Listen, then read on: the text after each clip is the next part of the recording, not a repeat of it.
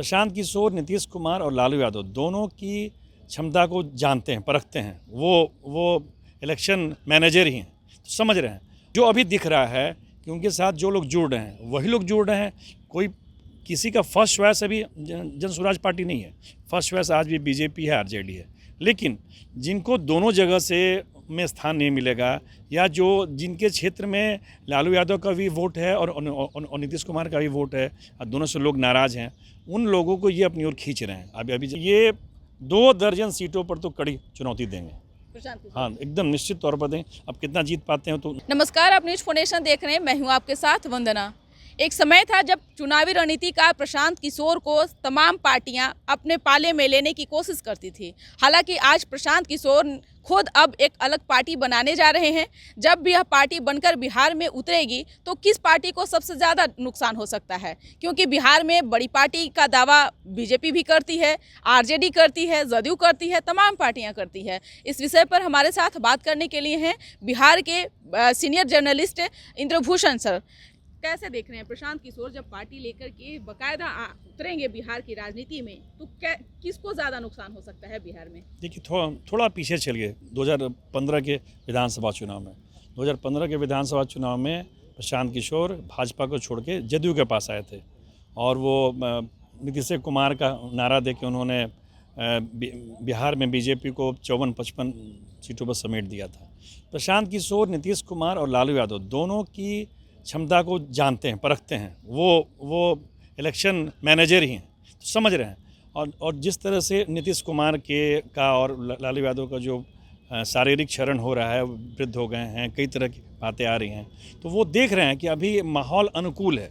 उन दोनों बड़े नेताओं के बिहार के पॉलिटिकल फील्ड से अलग होते ही एक माहौल बना हुआ है नए लोगों के आने का। उसी माहौल का वो फ़ायदा उठाने के लिए पिछले 2 साल से टहल रहे थे, लोगों के बीच घूम रहे थे। उनको ये पता चला कि लोग नीतीश कुमार से भी नाराज़ हैं और लालू यादव से भी नाराज़ हैं, तो एक तीसरा कोना बनाने के लिए उन्होंने बहुत तरीके से अपने आप को, जब लोगों से वो परख लिए, समझ लिए, चूँकि वो तो पारखी हैं ही, वोटर ही परखते रहे हैं पिछले 10 सालों से, तो उनको लगा कि अब हम एक पार्टी खड़ी करेंगे तो जो इन दोनों से नाराज़ है वो वोटर हमारे पास आएगा। तो निश्चित तौर पर जो अभी दिख रहा है कि उनके साथ जो लोग जुड़ रहे हैं वही लोग जुड़ रहे हैं। कोई किसी का फर्स्ट चॉइस अभी जन स्वराज पार्टी नहीं है। फर्स्ट चॉइस आज भी बीजेपी है, आरजेडी है। लेकिन जिनको दोनों जगह से में स्थान नहीं मिलेगा, या जो जिनके क्षेत्र में लालू यादव का भी वोट है और नीतीश कुमार का भी वोट है, और दोनों से लोग नाराज़ हैं, उन लोगों को ये अपनी ओर खींच रहे हैं। अभी 4-5 बड़े नेताओं का नाम आप देख ही रही हैं। मुझे लग रहा है कि ये बीजेपी को भी डैमेज करेंगे और राजद को भी डैमेज करेंगे। दोनों को उनके क्षेत्रों में उन्हीं के ने जात का कहिए, कॉम्बिनेशन का कहिए, या फिर आर्थिक आधार पर, चूँकि बस बहुत पैसा है, पैसा भी खर्च करेंगे। आपको याद होगा पिछला जो सारण में चुनाव हुआ था शिक्षक वाला, उसमें इन्होंने प्रति वोटर को बूथ पर लिफाफे में पैसा दिलवाया था। तो पैसे से भी ताकतवर हैं, कहीं कोई दिक्कत नहीं है। निश्चित तौर पर ये दोनों को डैमेज करेंगे, मेरा मानना है। सर, एक समय ऐसा भी था जब प्रशांत किशोर को लेने के लिए तमाम पार्टियां ललायित रहती थी। आज प्रशांत किशोर का नाम सुनते ही सभी पार्टियों में बेचैनी सी देखी जा रही है। ऐसा इसलिए क्योंकि 2 अक्टूबर को प्रशांत किशोर ने कहा है कि हम पार्टी का घोषणा करेंगे कि क्या हमारा पार्टी का नाम होगा। क्या अब बिहार की राजनीति में जब ये जो एंट्री होने जा रही है, तो अब क्या असर पड़ेगा बिहार की राजनीति पर? देखिए, जिसको सीधा स्थान नहीं मिलेगा भाजपा में या राजद में, मेरा मानना है वो लोगों के लिए एक बहुत बढ़िया तीसरा कोना आ गया। अभी तक कोई तीसरा कोना नहीं था, आपकी मजबूरी थी, या तो आप उधर जाइए या फिर इधर जाइए। ऐसे बहुत लोग हैं जो लोग नीतीश कुमार के भी नीति से सहमत नहीं हैं, उनका भी अब अवसान काल देख रहे हैं, लालू का भी अवसान काल देख रहे हैं, वो लोग इनके पास आएंगे। और निश्चित तौर पर मेरा मानना है कि ये 2 दर्जन सीटों पर तो कड़ी चुनौती देंगे। हाँ, एकदम निश्चित तौर पर दें। अब कितना जीत पाते हैं तो उस समय के जो सामाजिक आधार उस पर पता चलेगा। और बीजेपी के सवर्ण वोटरों पर इनकी नज़र है, तो राजद के मुस्लिम वोटरों पर इनकी नज़र है, और उसी हिसाब से ये बोलते भी हैं। नीतीश कुमार पर हमला करते हैं, तेजस्वी पर हमला करते हैं, कभी कभी बीजेपी पर हमला करते हैं, चूँकि बीजेपी का लीडरशिप अभी ईबीसी का है, और उन्होंने कहा भी कि मैं 75 सीट ईबीसी को दूंगा, 50 सीट अक़लियत को दूंगा। तो वो उसी हिसाब से, चूँकि उनके पास डाटा के तो वो मास्टर ही हैं और उनकी टीम घूमती भी रहती है उनके साथ।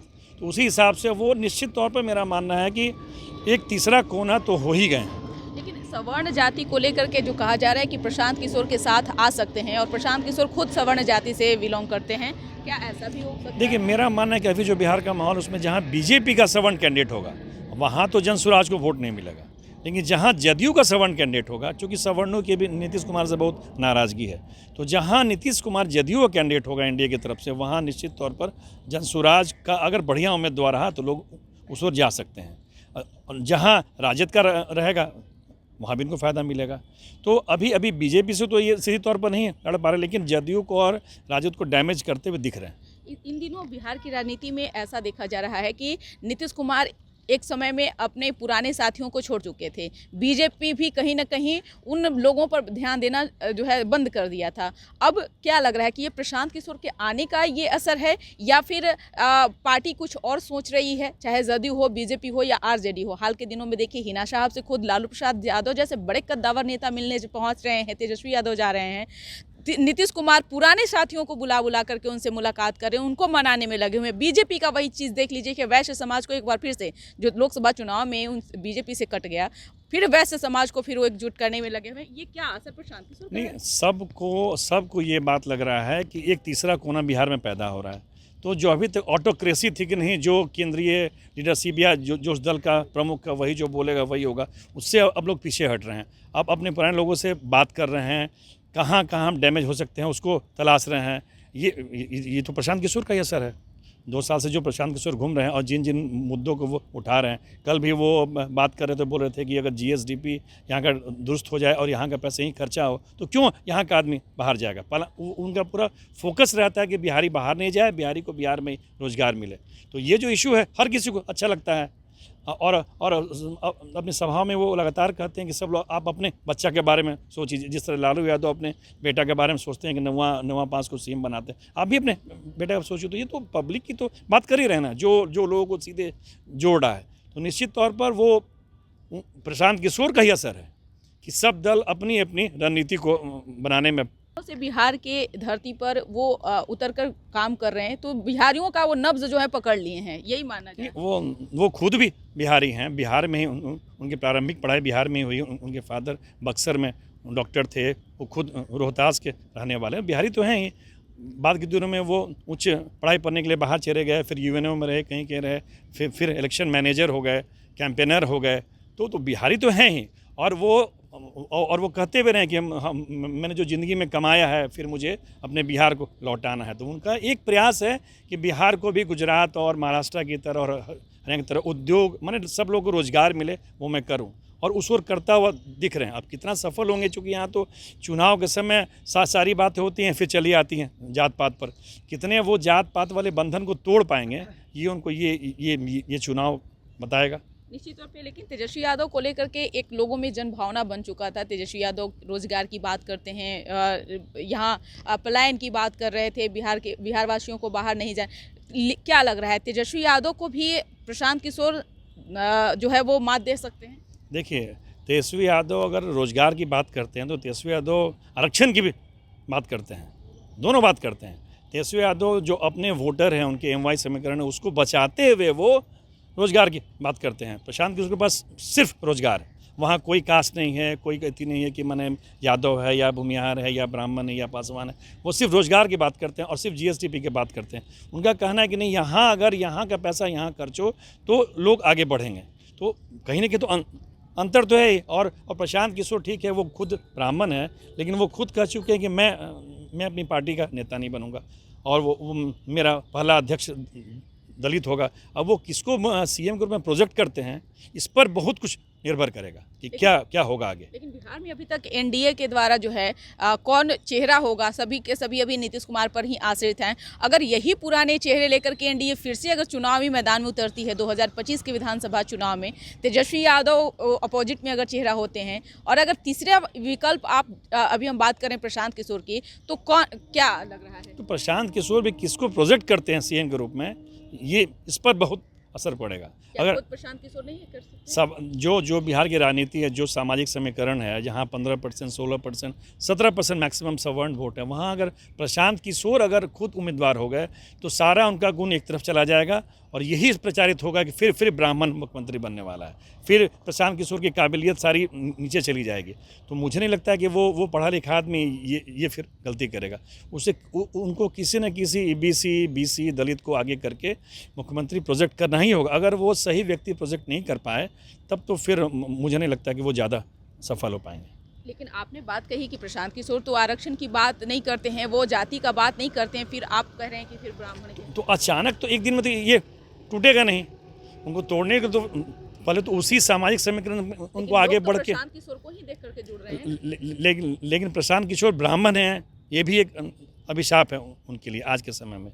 बिहार में अभी सवर्ण होना राजनीतिक दृष्टिकोण से अभिशाप है। वो दौर चला गया। अभी दौर BC के बाद EBC का आ रहा है, EBC के बाद दलित का आएगा। तो अभी लड़ाई EBC और दलित के बीच है। सवर्ण नेतृत्व कर ही नहीं सकता। अगर कोई सोचता है कि कोई योगी की तरह बिहार में आ जाए तो बात अलग है, नहीं तो मुझे नहीं लगता कि किसी सवर्ण को आगे करके कोई पार्टी बिहार में अभी सफल हो सकती है। जहाँ जात ही वोटर का मुख्य आधार है, जहाँ जात ही सब कुछ है, वहाँ संभव नहीं लग रहा। लेकिन अभी जिस प्रकार से बीजेपी का जो तर्ज है, अभी जिस रास्ते पर बीजेपी अभी बिहार में चल रही है, हाल के दिनों में साइलेंट मोड में बीजेपी काम कर रही है देखा जाए तो, क्या ये साइलेंट आगे चल करके कुछ हलचल करने वाला है बिहार में? प्रशांत किशोर का ये तो नहीं है। देखिए, बीजेपी का कैडर, इसमें कोई दो मत नहीं है, लेकिन बीजेपी के पास नेतृत्व नहीं है, ये भी लोग मानते हैं। नहीं, अगर बीजेपी के पास कोई मुखर नेता होता, बड़ा नेता होता, तो फिर वो नीतीश कुमार को मुख्यमंत्री के तौर पर तैयार नहीं होते। इसलिए वो तैयार हो कि उनके पास कोई नेता नहीं है। तो बीजेपी के पास तो नेता की तो कमी है ही, या तो पिछले 20 सालों में पार्टी ने नहीं बढ़ने दिया, या जो भी कारण हो, अभी बीजेपी के पास कोई एक नेता नहीं है जिसके नाम पर पूरे बिहार में पार्टी घूम सके। प्रशांत किशोर लेकिन ऐसे व्यक्ति हैं जो कि बीजेपी के साथ भी काम किए, जदयू के साथ में काम किए हैं, RJD हो, कांग्रेस, सभी को उन्होंने मदद किया है, तो वो खूबी चीज़ों को भाप रहे हैं, जान रहे हैं, देख रहे हैं। लेकिन अभी प्रशांत किशोर को अपना कैडर खड़ा करने में समय लगेगा। चुनाव कोई ये कोई वो दिल्ली वाला केजरीवाल वाला माहौल नहीं है, या फिर 77 वाला माहौल नहीं है कि अचानक जेपी आए और पूरी चीज़ें पलट गई। वैसा माहौल मुझे बिहार में अभी दिख नहीं रहा। लेकिन प्रशांत किशोर ने भविष्यवाणी की थी, हालांकि उन्होंने 2 किया था, लोकसभा चुनाव और विधानसभा चुनाव को भी बताते हुए कहा था कि बंगाल वाली स्थिति होगी। 25 में भी क्या लग रहा है बिहार में? अब वो ज़्यादा हमसे इस मामले में आगे हैं, वो अब क्या देख रहे हैं, लेकिन मुझे तो अभी जो ज़मीन पर माहौल है वो नहीं दिख रहा है कि बिहार में कोई बंगाल का माहौल नहीं, मुझे नहीं दिख रहा। चलिए, बहुत बहुत शुक्रिया बात करने के लिए सर। तो आपने सुना कि क्या कुछ कहना था बिहार के सीनियर जर्नलिस्ट इंद्रभूषण सर का। आप क्या सोचते हैं, आप इनकी बातों से कितना सहमत है, असहमत हैं? अपना ओपिनियन जरूर कमेंट बॉक्स में दीजिएगा। सहयोगी अभिजीत के साथ न्यूज़ फॉर नेशन, पटना।